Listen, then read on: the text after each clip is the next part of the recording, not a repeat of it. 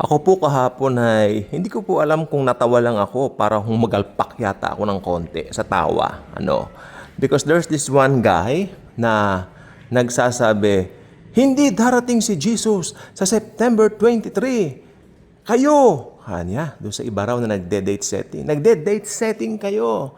Mahilig kayong gumawa ng mga takdang panahon na ganito ganyan. Sineset nyo yung date ng pagdating ng Panginoon. Para mas safe, dapat walang date setting. Kaya sasabihin ko, hindi darating si Jesus sa September 23. Natawa ako eh. Alam niyo kung bakit?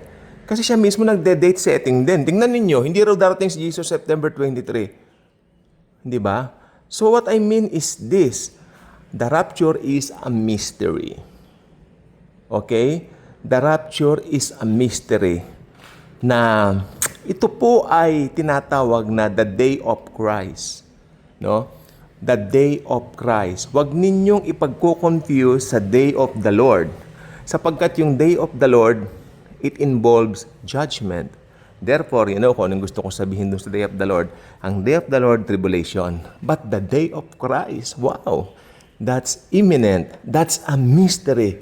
That is called the rapture. And in, tawag dito, Griego or Greek, harpazo. Hindi mo pwedeng sabihin na hindi darating si Jesus September 23 because you are also making or setting dates. Pinaka-safe sabihin mo, Jesus is coming, okay, to get His church. And my only attitude is to wait for Him every day. Yan po ang position ko. Marami akong ginawang vlogs dito, pero ang position ko, I'm waiting for Him every day. Hindi mo pwedeng darating siya, hindi mo pwedeng sabihin na, sa 23, paano pag dumating siya ng 21? Di napaiyak ko.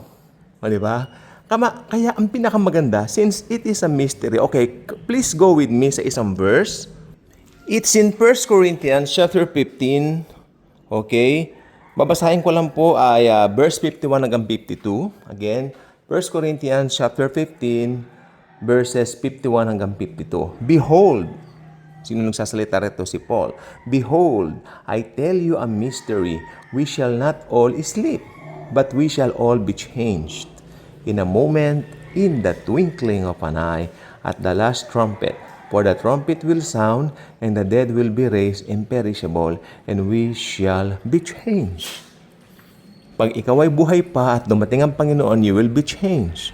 Pero yung mga namatay na kapatid natin sa Panginoon, bubuhayin sila. And together, silang mga binuhay at tayong mga being changed, yung pinalitan ng bagong katawan ay sasalubong sa Panginoong Hesus na meron tayong mga bagong glorified bodies. Hindi po ba? So, ito po ay misteryo na inireveal sa church.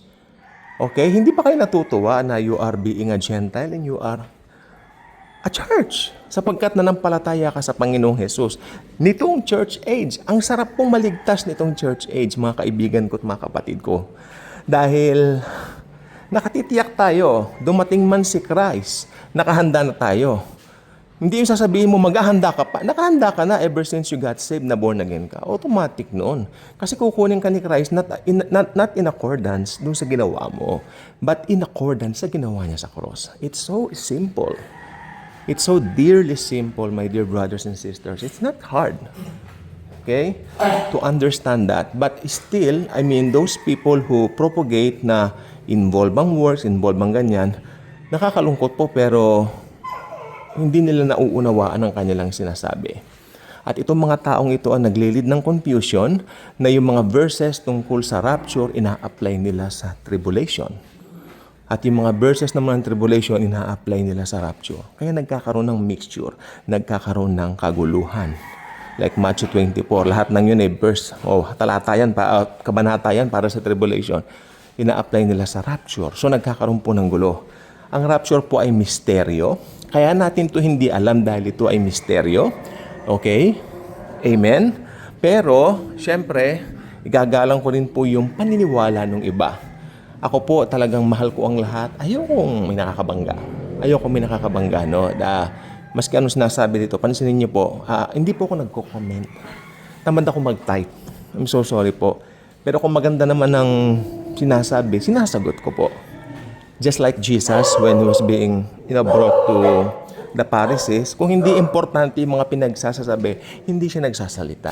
Pero nung importante na, like, di ba yung sinabi ni Pilate sa kanya, what is truth? Pero hindi nakinig si Pilate. Pero magsasalita pa sana si Jesus doon.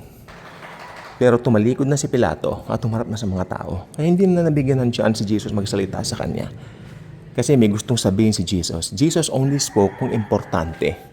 Pero sa panahon po natin ngayon, mga kapatid ko kay Kristo, makinig po kayo mabuti. Kahit ano pa po ang inyong views regarding this, okay? Kaya pre-trib ka, post-trib ka, or mid-trib, whatsoever trib na yan, kung nagtiwala ka sa ginawa ni Kristo sa cross, tinanggap mo siya as Lord and Savior, mararapture po kayo.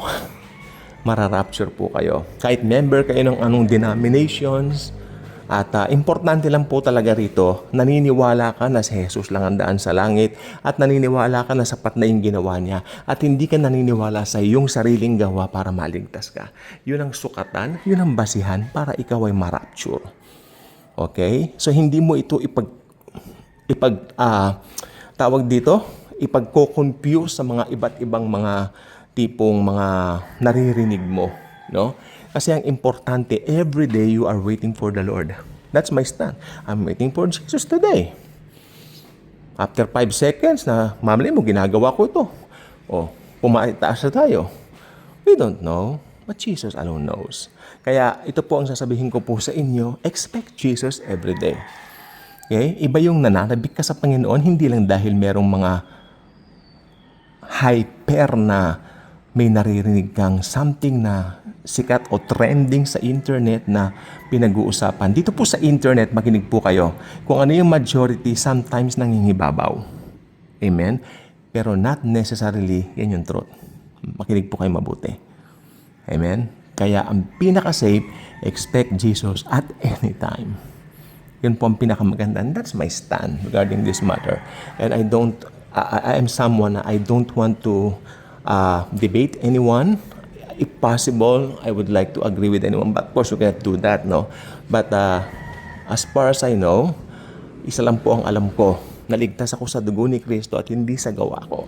Kaya alam ko, may karapatan naman na rin akong mag-expect sa Panginoong Jesus na kukunin niya ako.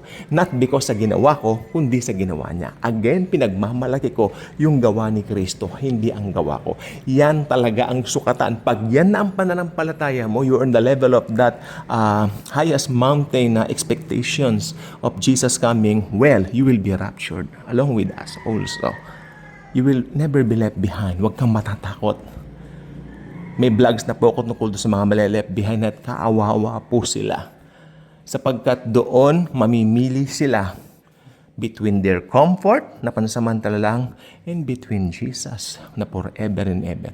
Pero may cost po kasi of following Jesus during that time because you really have to be put into something na talagang mayayanig ka, talagang makakalog ka sa pag-iisip. Tatanggap ka ba ng tatak ng halimaw? May comfort ka. Magpapugot ka, mapupunta ka sa langit yan. Pero kung tinanggap mo yung pinakadapat gawin, because during that time, merong isang rule para maligtas ka, ang mapugutan ka ng ulo. Kapag ka yan ay iyo pong, yes, really, ginawa. No? Believe me, nasa Book of Revelation ka, kasama ka doon sa sinasabi. At nakita ko silang mga pinugutan kay Kristo at isa ka na rin doon. Pero mas maganda kung narinig mo itong video na ito, itong vlog na ito, ano man tawag mo rito sa platform na ito, no? At kung narinig mo na ito, magdesisyon ka na ngayon. Maniwala ka na si Jesus lang ang daan sa langit. Yung ginawa niya sa cross ay, sapat na para ikaw maligtas. Ikaw ay pupunta ng langit, papaitaas. Hindi po sa September 23. Pero maganda. Kung nag-rapture sa September 23, maganda. Pero kung magra-rapture ng mas maaga pa sa September 23 kaya mamaya na, mas maganda. God bless.